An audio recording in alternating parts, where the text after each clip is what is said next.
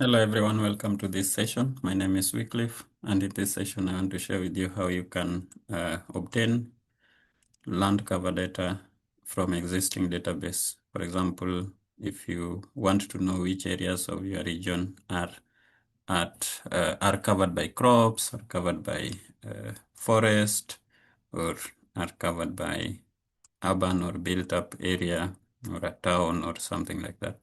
So that we can do easily using Google Earth Engine, and we are going to see how to do this in R. Okay, so we will start by loading the libraries. So we'll start with RGA library, and then we'll, I think RGA is enough. So we'll just start by initializing our Earth Engine session. And then after that, we can get boundary of our region of interest. So for this, I want us to use global administrative layers. So that's a feature collection. So after picking feature collection, we go for dataset. And after going for dataset, we pick global administrative layers level 2. So you can see the full data path. And then we want, for example, our region of interest. Let's say this becomes our geometry or even ROI. Let me just call it region of interest,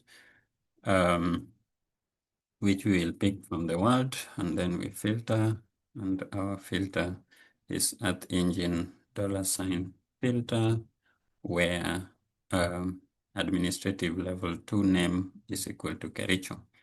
So ADM2 name is Kericho. So this former something is not right. World not found, so I did not run that. Okay, perfect. These former district boundaries for this region. Currently, that region is divided into counties, but for this case, we can just use the old district names. So in Google Earth Engine, we can get the European Space Agency or ESA world cover at high resolution, right? Which is 10-meter resolution. So this data set has got 11 classes of land cover. Can be tree cover, shrubland, grassland, cropland, built up, bare, snow, permanent water body, herbaceous, wetland, mangrove, moss, and lichen.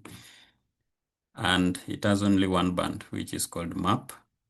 So you can use this to train your model, maybe to make prediction of land cover in other years. It's available only for 2020. So for this data, we will pick its snippet or ID, and then we go back to RStudio and provide that ID. We'll change this dot to $. And then we just pick the first, right? So that's like a mosaic. It's just a one band or a one band and also one time period. It's an annual. So it's only available once for 2020, the year 2020. Okay. Of course, there are so many other products. So the land cover for our region of interest, we can say it's the data set, which is the whole land cover for the whole globe.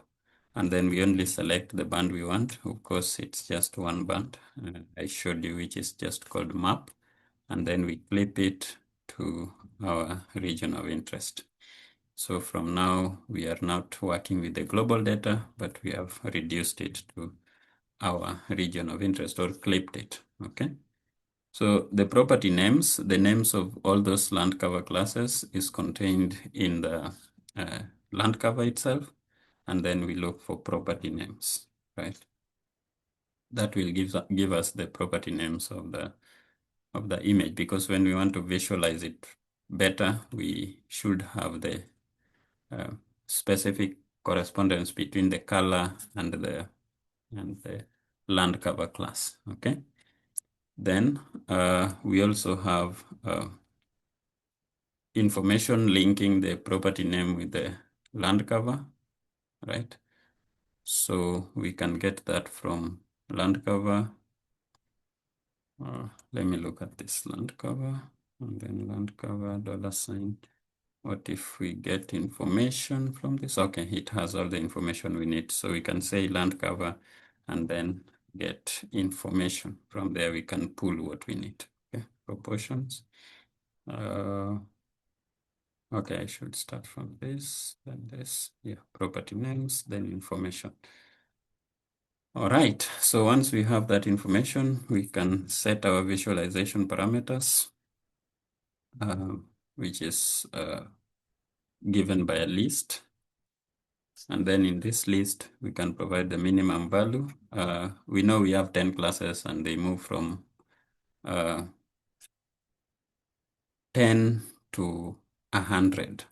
Right. We have 11 classes. They move from 10 to 100 and number, there is 95. That's why 10 to, there is class 95. Yeah, the rest are 10, 10, 10, 10. So this class 95, which is mangroves, is what pulled them to 11 other than 10. Okay. So the minimum value we can get from the properties. In the info, we can go for properties. And then from properties, we only select what we need, which is map class values, this one. And then from that, we just pick the first one because that's the minimum, which is 10. Then the maximum value we'll also get from info properties, and then map class palette, right? Sorry, map class values, not map class palette, map class values, but the last one, which is number 11. Okay. And then the colors is what takes the palette. So for the palette, which colors do we want to give it? This will be the info and then properties and then map class palette. Map class palette, all of them, right? Okay, so we have our visualization parameters. The next thing now is to visualize our map. So we'll center object on the Earth Engine object, which is our region of interest,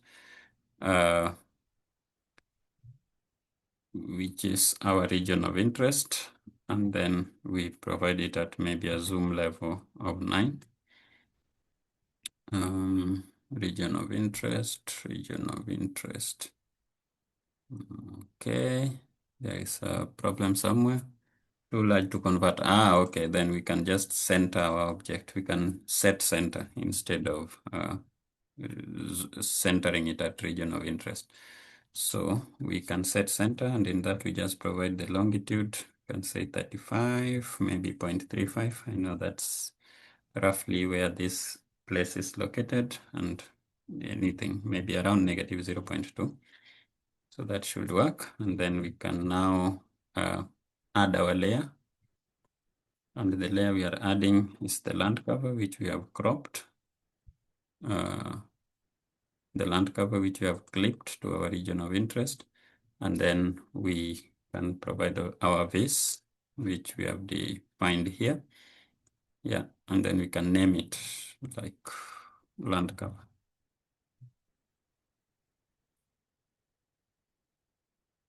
Cool. So just with that, you have your land cover map for your region of interest. Of course, here we've brought the data from global administrative layers, and then we filtered for the one which has this as the property, as the name. You can also draw a region of interest interactively, as I've shown in my previous videos. And you can also get a shapefile of your own and import it and convert it to Earth Engine object.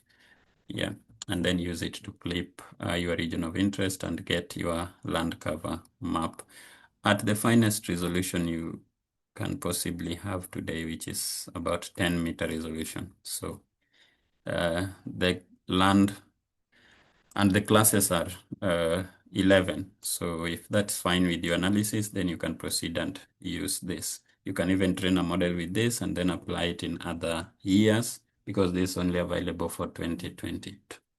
Thank you for listening. I will leave the script of this video in the description of the video, and you can use it for your own project.